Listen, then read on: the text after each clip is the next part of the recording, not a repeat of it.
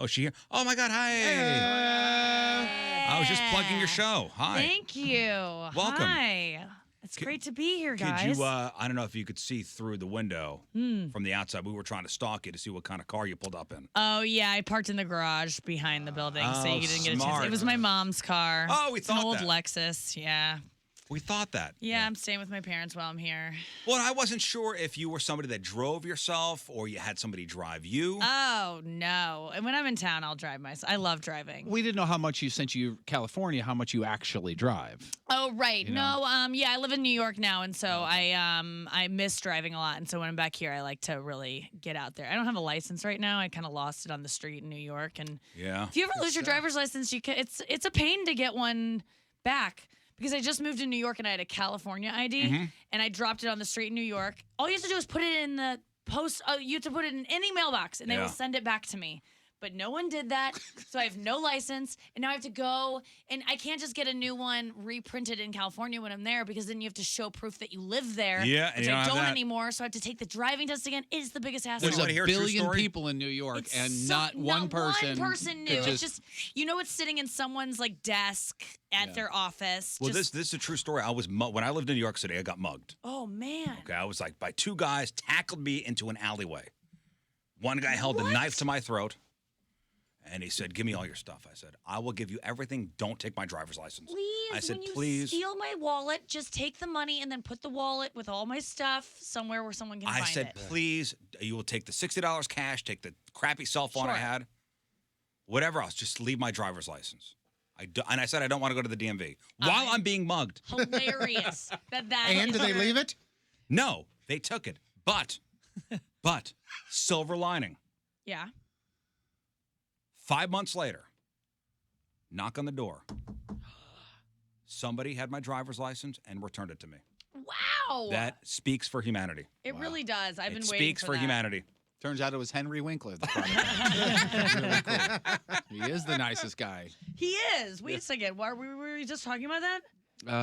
No. Why do you bring up Henry Winkler? There's a story in Crap On, but I think he's one of those guys that's long known as one of the nicest guys I in think Hollywood, I celebrity met dome. him and I would agree. Like Yeah. there are certain, you hear Adam Sandler is one of the nicest guys. Tom And Hanks. Tom Hanks. And add Winks to the list. We have a because rule he that we is. have to bring up his name at least once a week. So Okay, well that was what it was. Today. Okay, What is it, that's- Tuesday? I Today have a happens. feeling. We got it Today- covered. We we knocked wanna it out get- early. We want to today. get out of the way It early. felt like obligatory, Right. so I was wondering. So has life changed for you in any way since the roast of Bruce Willis? Yes. I mean, I think that every time you do something like one of these big events, which for a comedian, I think it's like the biggest platform you can have, as opposed to like hosting the MTV Movie Awards or something. I mean, it's really a big platform. So yes, it's changed in the sense that like I get recognized a little bit more. I get paid a little bit more money on the road. You were terrific. I think you stole the Thank show. you. Honestly, and I Killed it, said that the day after I saw Thank it. Yeah, you. and this is a startling thing to say, but I think you out Jeff Ross.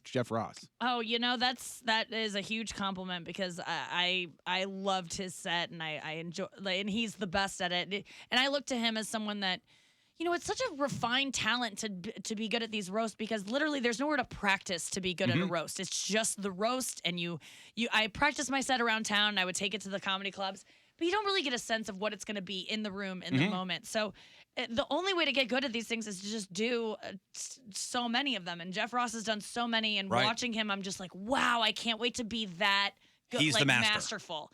And I will be if I keep getting to do them, but it's just every time they come around, I'm just like, please, Comedy Central, give me this. Like, you have So to they beg. gave you the chance. They did. And you kicked off the show. Yeah, I did. I took the they called it the Geraldo spot, which I thought was like, oh, it's just like the best spot, but it's apparently the worst spot in the show. Really? Yeah. I thought the first spot would be like, oh, that's good. You get all the first jokes. You get everyone's excited and still not tired yet. But it's kind of a crap spot because especially when your host is not a comedian and like when I did And the Joseph Gordon-Levitt is not a comedian. No, he is a perpetual child star. Like he's still stuck in that like I really don't have anything interesting to say or anything to conversate about Yeah. other than smiling and not like very nice, but like empty. And We call it vapid. Right. yeah, like he was just, it wasn't even vapid. Like there was just nothing to talk to him about in between the breaks or whatever. Like I tried to talk to him, and he's very nice, but not funny, not a funny person. And so when I did the roast of Rob Lowe, which was the previous one I did, I was spoiled with David Spade as the MC because it's a comedian. He knows how to deliver jokes. Joseph Gordon-Levitt did a fine job, but like you can have the best jokes in the world, and if you don't know how to deliver them as a comedian. I found the roast as a whole kind of stiff. Yeah. When it came to the non-comedians part. Yeah, it's always a gamble, and the room, let me just tell you, was not great. I mean, it edited to look really good, and I was nervous. I mean, to be completely honest, during my set, I was taking it around the clubs the week before, and I was killing. Like, I was like, oh my God, if I can do this well outside of the actual roast itself, where none of the people are on stage with me, I'm walking into the Laugh Factory in Hollywood being like, okay, before I begin, let me explain who Sybil Shepherd is. Like, I had to do a TED Talk prior to the jokes, and it was killing. Then I go to the roast, and I go, oh, this is going to be a cakewalk. It was not a good crowd. They were weird. It was too lit up. Like, there were a lot of factors at play that made it a bad crowd. Literally during my set, I go, do you guys like me? That's how bad I felt about it. And I got off stage It's and I not go, a comedy club. That's why. Who's in the crowd? Is it just anybody who buys a ticket, or is it invitees? It's a lot of industry. So it's a lot of agents and managers and people that are uncomfortable laughing at horrible jokes because then their whole table knows that they think that everyone's just worried about what they look like and if they're on camera. So it was just a weird setting, and I don't blame them. It was just a weird crowd, but it was not it was one of the, I think Jeff Ross said it was one of the worst crowds that and sometimes you just get a bad crowd. And I literally got done with my set being like, I was a little shook. I was like, oh no. And then I texted some friends, and they were like, don't worry, it always edits well. And they do. And my friend goes, she told me to watch some guy's set from a previous roast. She was like, he did not do well in person. I was there. And he kills they edited it away to make it look like he killed. And she goes, you can tell how he didn't kill because look at him during other people's sets throughout the rest of the show. He looks crushed. And he's sweating and just staring at the floor vacantly.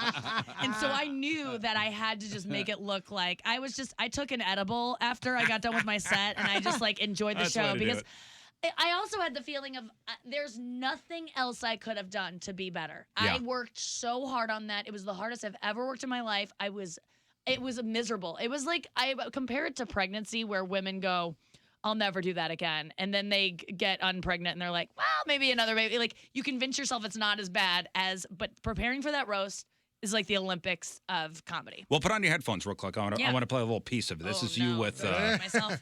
This is you talking about Martha Stewart. Martha Stewart, thank you for being here. Shank you. Yeah, yes. I got it. Seriously, and congratulations on getting that Thai soccer team out of your Any hesitation with that joke? Timely, topical. No, the only hesitation was that it wouldn't be as topical because I knew the roast, we were taping it, and then it would air 2 weeks later. And news moves so quickly now that it's like, are we going to remember that Thai soccer team? So that was my only hesitation. Thank God they were in that cave for so long. Am I right, guys?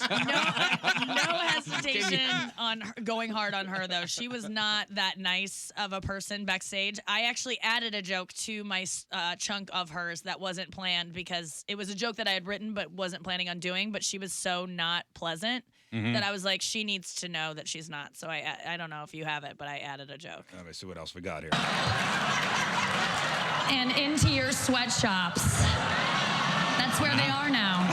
No, honestly, Martha Stewart, I'm a huge fan. And my mom is an even bigger fan. My mom has learned everything from Martha Stewart about cooking and cleaning and withholding affection. So yes. I had to let her know. I had to let her know she's a mean lady. Cold woman. Yeah. Not a approachable person.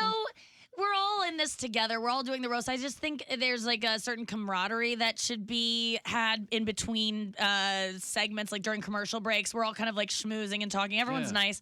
She just didn't, I got done with my set. She didn't say good job. She couldn't be bothered to like really meet me or anything. Whereas I went so hard on Sybil Shepherd. They didn't air my joke, but I did I did a joke about what did I say? Oh, I said a joke about suicide, and I go, speaking of suicide, someone just told me I look like a young Sybil Shepherd. So if I don't leave a note, that's why. Oh my God! And so I wish I loved that joke, but it was like the meanest thing I said, and I felt so bad, and I was scared to even look at her in the eyes after my set. But she came up to me and she was like, "You were amazing," and she hugged me, and she was so sweet. She seemed like a warm woman. Actually, watching her set, yeah, she laughed. She was likable. That's the thing. She came off so as likable. much of this is how you act when jokes are being done about you and the cutaways to you, and she came across just so warm and like she was taking the joke, you know. Dennis Rodman has to have a head injury. Dude. Oof, indeed. It was rougher than it even looked. It was. He edited well, huh? Oof. It was. I don't even like him. He came up to me and right after my set, he had not gone up yet, but we went to commercial right after my set, and he just walked up to me and just stood there and goes, "Yo, what are you doing after this?" No. Yes. Well, look what you were wearing. Look Yeah. what you were wearing. Did you see what she was wearing that night? The black dress? Yeah. Well, I thought a it lot was of red. side cleave. A lot of side cleave. Yeah. A lot of side cleave. I told my stylist to dress me in a way that made every man who rejected me regret it. And I feel like they did a good job. I really wanted, you get so few chances as a comedian to dress hot. Without it being like ironic, know, and I just was like, oh, this is a night where I get to just be as hot as possible. Classy, refined. That's what we tell our stylists but like as well. I want to. Sometimes you just want to be a little bit slutty and like just look as hot. I just wanted. There's a certain couple guys in mind that had like just kind of blown it with me in terms of like just rejecting me, and I knew that they would be watching that night. That's what I do. You wanted them to pay. Every time I do any performance on TV, there's everything. I'm like styled in a way that's like, I'm going to look exactly the way this guy likes me to dress, and he can't have it anymore. And I'm going to torture him. That ship so has sailed. dark. Oh, that it's is so yeah, dark. don't hurt me. I will come after you in a myriad of ways. So Dennis Rodman asks what you're doing. Yeah, after. what are you doing after this? And I go, I'm going to the after party. Like, there was an after party. He was like, oh, there's an after party? I was like, yeah. And I just wanted to get away from the conversation. So I just go, you got to go to the after party. And then I ran away. I was just like, what did I just say? But he was just, he did so terribly. He couldn't get it together. He couldn't read, really. I don't know if he's dyslexic or what's going on, but I've never heard someone have so little grasp of comedic timing, like negative comedic time. It was one of the worst performances. And I don't like him, and I felt so bad for him. When you watch someone bomb, it's not even fun. His wasn't a fun bomb to watch, even though I don't like him. At one point, I couldn't watch it all. I was bent over in my seat like a mom on the sidelines, and I go, "You can do it, Dennis!" Yeah. Because he kept like freezing and then walking away and crying and then walking back. I mean, he was a mess. We talked about this a little bit. Why was he there? Is it just hey, Dennis Rodman's going to be there, so I'm going to tune in? I think it was just to have someone to make fun of. So the train, yeah, like was Ann Coulter, what they did on Rob Lowe. It's like, why he wasn't even promoting anything. What is he promoting? North Korea? I don't understand. He didn't do anything. They're like, hey, really here's bizarre. a hot mess, and he's available. Somebody would he make was fun of so- him, and then they'd cut to him, and he would make these weird sounds, Yeah, it wasn't even. like guttural, kind of like a death rattle gurgle. That's it. Yeah, it was weird. He was weird, and that's so much of it is like if he would have just laughed, it would have been a fun night. But it's so many guys there like couldn't take a joke. It's like, what did you think was gonna happen tonight? That you weren't gonna get made fun of? There were a lot of cutaways after a joke when people would look offended, and it's like that's Have you seen a roast? I know. Hey, I'm the roaster. I'm roasting somebody. I shouldn't be being made fun it's of. so weird that they go into it and they don't even like. I went into it not even considering what they could say about me, because if you worry about it, it's like it doesn't matter, And people on the red carpet are interviewing me. They're like, "Are you worried about what they're gonna say?" And I'm like, "I haven't even considered it. I'm just gonna laugh through it. I'm not gonna take it that personally." Although, let me just say, you think that going into it, like I'm like, what could they say about me? I know what they're gonna say. Did anything hurt? It hurt. So I was kind of a mess emotionally. What stuff? They so when you're a woman, they say you're either old, fat, or ugly. And I'm not that old. I'm not old enough to make any old jokes. I'm not fat. And so they went ugly, which is fine because all the jokes were like, from behind, she looked like a model. And then she turned around and I go, oh, she's a comedian. And it's like, a lot of jokes were just about like I have a goofy face or a big nose. They said I looked like Owen Wilson, which really hurt because I kind of do. And I was like, oh no, I never can thought see that. it. I never thought that until they said it. I know. It was so funny because I go, oh wow, I never even thought of that, and I go, okay, I see it now. And then it made me. I mean, the next day I was googling nose jobs. I mean, it really you think it's not going to get to you, and it does. And it's really funny because I was like watching the roast at a viewing party 2 weeks later, and I was like sitting next to a guy that I kind of had a thing for. And that I was like, oh, this might be something. And so every time I knew one of those jokes about my looks was coming up, I'd try to like be like, will you go get me a water? Like, I would try to, like, Now you think he's just thinking Owen Wilson?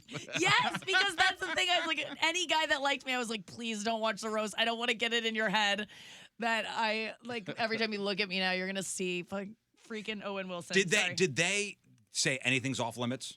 No. I actually had a joke that said the only word they said that we couldn't. Comedy Central was really cool. They cut this joke for obvious reasons, but they go, the only joke you can only just don't use the N-word. Netflix. Hey. They cut it. And I go, is this gonna be on Netflix? I do want people to see it, and they didn't air it, so I'm saving it for the next one.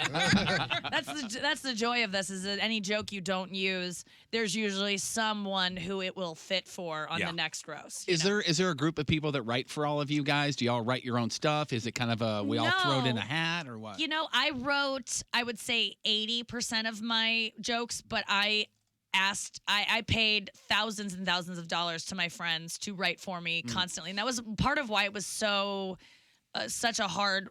much work, was I was getting sent emails of hundreds of jokes to me every day that I would have to comb through. And what it does is it's a safety net in case I don't come up with jokes on my own. And it gets me thinking in different ways, because sometimes people will dig up a piece of information on someone that's in a joke that I'm like, oh, I didn't know that, Martha Stewart did that. And then I go, oh, okay, I'll write a joke off that. So everyone there's a staff that writes for the roast, but I'm lowest on the totem pole in terms of fame. So the jokes get sent to everyone else first, and I kind of get the riffraff. So I took it upon myself to just go out to local comedians in St. Louis, a lot of open micers who I just know are great joke writers. I was like, to my parents, to my friends, anyone. And I paid $200 a joke. And then if you wrote me enough jokes and I didn't use them, I paid you just for your time. And so I spent a lot. I spent a lot of money just to make sure I had the best material.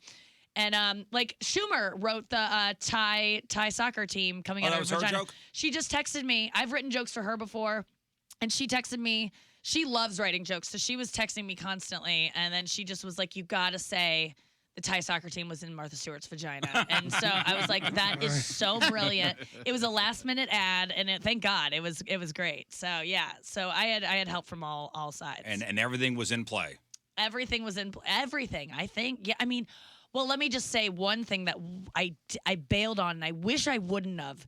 But I was going to do a joke about, I knew his daughters were going to be there, Bruce Willis's daughters.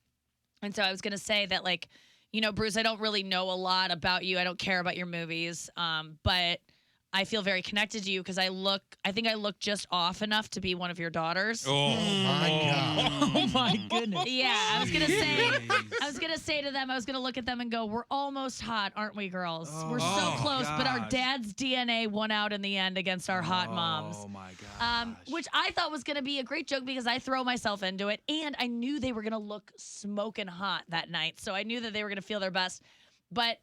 Enough people go, you can't say that. And I was like, you bring up the kids, but the kids are there. But it would have killed. I'm telling you, I wish I would have done it because it would have killed. Because those girls had the best sense of humor and they looked hot. If they wouldn't have looked so hot, it would have been bad. But they all looked the best they could look, and I looked the best I could look. Like they could have taken it. I thought you did great with what you said about Bruce. Bruce. I know you obviously as the star of every DVD you kind of just find on the street. Obviously, you had an amazing action film career until Jason Statham started balding. A lot of people don't know that Bruce is a very talented musician because he isn't.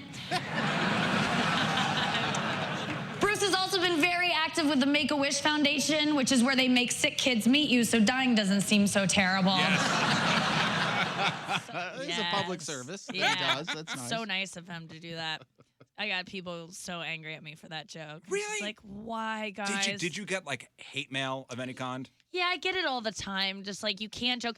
What I got a lot for was saying that Kevin Pollak is a great impressionist. I especially love his impression of Robin Williams. I just wish you would finish it. Yes. One did sting. Yeah, and I go, we've lost a lot of greats to suicide this year. All I'm saying is we need to lose some OKs. And which is listen, people can get mad about that. And it was funny because I was running that set all over town and it used to go even harder. I mean, there were other aspects to it that I won't share that were just, I had to take out because people just can't handle it. But my point is like, that isn't a joke. I'm telling him to kill himself. I'm not making fun of Robin Williams. And I also did I judge on Roast Battle, the show on Comedy Central. And there was a guy the other day who I was judging, and I said to him, and I know him. He's a very sensitive soul. And I said to him, I know how sensitive you are. I'm going to give the win to you because I don't want you to pull a Bourdain later tonight. No. And everyone groaned. And then I just looked at the audience. I go, did you guys not know he killed himself? Like, I just played dumb. But it's like, I think that if we don't talk about suicide, if we don't make jokes about it or what happened to these people, that then it becomes this secret thing that if you have suicidal ideations, then you should just feel bad about it and we should never talk about it. And I think that I'm not making fun of it and people go, oh, but I've lost someone to suicide. I'm offended. And I go, we all have. No one in the world has not been affected by suicide.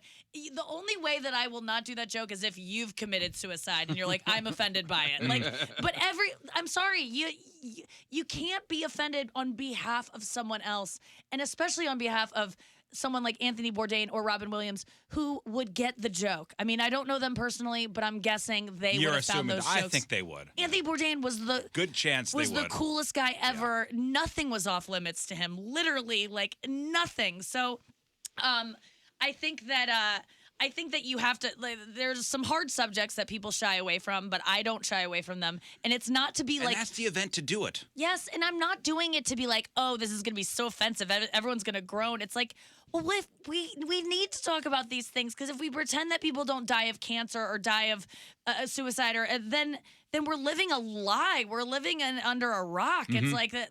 I wish more people talked about suicide openly and maybe not joked about it, but talked about it because then it wouldn't be so taboo and we could all talk about it when we're struggling with it, and then maybe less people would do it. That's my theory. Thank you. Thank you. I'm a hero. I don't know if you guys got that. Hey, speaking of Kevin, what did you think of Kevin Pollak? I had kind of a mixed reaction. He came in here once. I didn't know it. I didn't really talk to him during the show, but he seemed great, and I liked his set. He was. Remember after I interviewed him, he goes, No. He said in 30 years of doing these kind of interviews, he goes, you're the first person to not ask me to do an impression. Oh wow, that's great. He said it as a compliment. But I didn't know if it was a compliment. No. He was excited. He said it in front of a couple of us. I mean, the guy was in A Few Good Men. I mean, he was in some great movies. I think somebody asked him, hey, did you have a good time? Or I think Moon might have asked him if you have a good time. He goes, dude, first time in 30 years, I didn't have to pull out the impression. Nobody asked me to do that's a relief. To get into, like, how do you get into, we're doing a radio interview thing. I mean, all right, do Christopher Walken. Okay, go ahead, clown. There's nothing more, as someone who does a lot of radio and does radio myself, like, you just don't want to do the obvious question. When you have a guest and you don't want to ask them everything they've already been asked, and they don't. You want them to have a good time, and you want to provide your audience with something they haven't heard before from this person. Google his Christopher Walken if you want to hear it. The guy's got more of a resume than just doing Christopher Walken impressions. Yeah. I mean, huge resume. Yeah, I don't need to hear that. So I commend you for doing that as well, because and it definitely stood out to him. He'll remember you now. Right. I wasn't sure because I left that interview going, I don't know if I pissed him off or what. No. He loved it. He really was. He loved it. All right, good. Do you have a lot of those? Who's been like the worst? Margaret Cho. Margaret Cho, really? The worst. Why? She was terrible. Why? Terrible. Why can't comedians? And she hated us. I didn't think she was terrible. Got a bad impression from Jeff. Yeah, and that I mean it came. Well, I pulled her chair out and put my hand down and said, "Sit down." I didn't do that. I think I brought up something about her shower schedule. Wasn't it something about her? You said, "How about the shower? What's your shower schedule? Because I need to know when I need to look at the camera." Something like that. Yeah. And like it was very like. it was was very creepy. sexual, and she is like an advocate against sexual abuse. And, I could tell, you know what it was? I could tell she didn't want to be there in the first place. She That didn't want to was be the here. start of Oh, yeah. She came with somebody else. Mm-hmm. Like, she came with somebody I was not prepared to talk to. Right. I guess she has an opener who's a little person. Oh, okay. That makes sense. Yeah, I was realizing this today. Like, sometimes if you don't want to be somewhere, if you're just coming in a place with a bad Just don't attitude and come. you shouldn't, that's exactly right. But you walk in and you look to pick a fight. You're looking for a reason to leave and be like, I knew this wasn't going to be fun. I knew I shouldn't have woken up for it. So yeah, I've done that before too. I did radio the other day and I was in Atlanta and they made me do an AM station and I was just not I was tired. I wasn't in the mood to do radio. And I just knew that no one was listening to I'd this rather thing. you cancel. Exactly. And I went in and the guy goes, so, at the end, they thought I was going to be in for the whole show or whatever. And he goes, so you stick around for the next segment? And I go, no. Live on air. I just go, no, I'm leaving because this is a waste of my time. I know no one listening to this is coming to the shows tonight. And I was such a pill, but I had to fulfill the press schedule, but only one segment. And but it is like the attitude you go in with. You can walk. Yeah, she was looking to find something. I just and had a you're sour walking into taste a in room hot, with a bunch of dudes who are judging boobs. No, I get it. Yeah, And like you're just like, oh, okay. If I was coming in here and I was in a bad mood and I was like, I don't want to do radio today, and I'm listening to you guys judging boobs, I could convince myself like it's just gonna be a bunch of pigs. we that don't are judge boobs. We just see if they're real or fake. That's Well, it. that's There's a no form of judgment. judging. There's no judgment. There's no judgment here. There's no I had a judgment. great There's They're a all judgment-free amazing. zone. That's I labeling. wanted in on that. And wait, have we determined which ones were the fake? We won't know until Friday. You won't know until Friday. Yeah, come on okay, back. by the way, can I weigh in? Yeah. Okay, real, fake. Yeah, see, Yeah, I number think that's 3 was the one that a I good was. bet. Yeah, I mean, I really don't on the know. I fence get about it. tricked on it One looks sometimes. fake. The left one doesn't have me Can you convinced. pull up a bigger picture for I me, mean, please? okay, the thing is, the last one with the stickers, that the one on the right, like our right, is just sticking up. I mean, that's just perfect pertness. Yeah. And that woman has like 30-something-year-old boobs, and they shouldn't be that. Yeah, this the That's- perkiness beyond their age. Yeah, they Go can to be 3. perky in a bra no matter what, but when they're on their own, that perky, it's just like that totally fake, Oh man. guys. And that's a through the nip incision, so you can't see any scarring. Yeah, I didn't Yeah, want to Scott, step you're, out. that's not good for you, buddy. That is not good for you. Yeah, that was a tough one. I mean, I'll have to listen on Friday because I do want to know. He locked in on real on those, so. Yeah, I'd rather a comedian not show up because it's a give and take that like we're all doing each other favors. Exactly. I completely agree. I always If come you to didn't come in, my show would still go And on. from I your mean, side of it, if you don't want the comedian here, you respectfully decline. If you Yeah. want them Oh, here, you yeah. say yes, and it should be same thing on the other side. I host a Sirius XM show every morning, and I'm just getting a taste of like what it's like on the other side because I've always just been on this side of Yeah. it. And it's when you have someone in there who doesn't want to be there, and their publicist is in the corner, and you have a bunch of rules that you can't ask them about this and this. I'm like, don't I even don't do come that. in. I don't care. Like, if you don't want to be here, it's.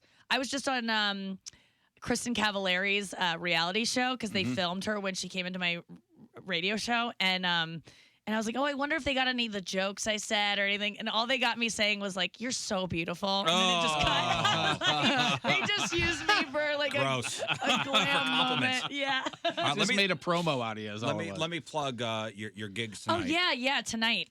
All right, so you got 7:30 and 10 o'clock, 2 shows tonight at the Funny Only Bone. 7:30 for me. Oh, only 7:30. Yeah, we're raising money for STL Stray Rescue. They are desperate need of funding. $20 a ticket. 100% of your ticket sales will go to rescue animals in the St. Louis area. I don't ever come to town only to do these shows. It's one chance to see me. It's an hour I'm working on for my Netflix special. It's all new material. If you've seen me 3 months ago, it's all new. It's going to be a great show. So 7:30 tonight, Nikki Glaser at the Funny Bone. It's going to Westport sell out. Plaza. You can't just expect to show up and get tickets. Yeah. Get tickets now. Go online. Funny STLewisFunnyBone.com. STLewisFunnyBone.com. There you go. Gotcha. And we could talk forever, but we Perhaps. got to take our final break of the morning. Yeah. We got to do it. I got to end it. I mean, is this it? I got to. Okay. I mean, you're sticking Guys. around until 11, right? Wait, yeah, I'm just like hanging out. At least you didn't just go, no. No. I always love coming in here. I'll be back at some point. What do you think of the new studio? I can't believe this. Isn't it great? Nice, huh? It is so We're moving on up. nice. I know. What was here before you? The other It was an radio office. stations. There Oh was my- an office. Oh, I- this right here, this Yeah. specifically, it was somebody's an office. office. This is incredible. The location suite. You guys are. This is the real. I mean, Yeah. are you so happy? Yeah. You Yeah. guys Yeah. seem Do you like the renovated. lap pool? There's a lap pool over there if you want to take a couple of laps. It's fine. Seriously, you guys seem like different energy. Yeah. I love it. It's the window. Congratulations. That's the what it window. You is. look like great. You look so thin. Oh my God, What's that's going not on true. with you? No, Nothing. you look really good. Nothing's going on. I'm It's a different. I'm wearing a serious. button-down shirt. He That's what just, it No, is. you look he nice. just turned 40. Maybe that's Oh my what it is. God, Yeah. really? Yeah, that's it. I love turning the earliest of the decade because you used to be the oldest 30-year-old and now you're the youngest 40-year-old. Think Yeah, about that. I am. That's how I just like to turned 40 spin on it. Friday. Congratulations. On Friday? I'm 18 here though. Oh, yeah. You're a great looking 40. Thank you. Oh and my 40 is such a Let's- hot age for men. Come on, in your Let's- 40s. God, I've been hot We're for gonna- 11 let's- years then. Yeah, dude. Let's yeah. end this here, okay? Literally, you guys don't stop getting hot. It's disgusting. I'm going out on top, guys. Guys Yeah. age so well. don't They they? do. I hate you for it. We're going to take our final break of the morning, come back, and wrap it up. Thank you, Nikki Glaser. Yeah.